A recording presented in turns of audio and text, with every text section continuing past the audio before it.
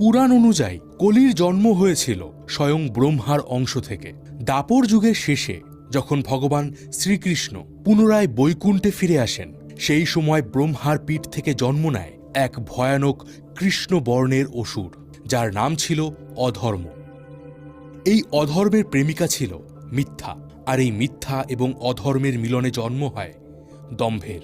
দম্ভের স্বভাব ছিল অত্যন্ত রাগী, সে ছিল বিকৃতকামী, কুটিল এবং তেজি। দম্ভের এক বোন ছিল যার নাম মায়া। বিকৃত মনস্ক দম্ভ তার নিজের বোন মায়ার সাথেই কামে আসক্ত হয়ে পড়ে এবং তাদের মিলনে জন্ম নেয় লোভ ও নিকৃতি।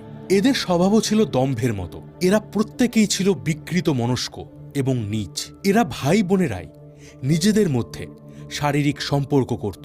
নিকৃতির গর্ভে লোভের ঔরসে এক পুত্র সন্তান জন্ম নেয় যার নাম ক্রোধ, আর এই ক্রোধের বোন ছিল হিংসা। ক্রোধ আর হিংসার পুত্র সন্তান ছিল কলি।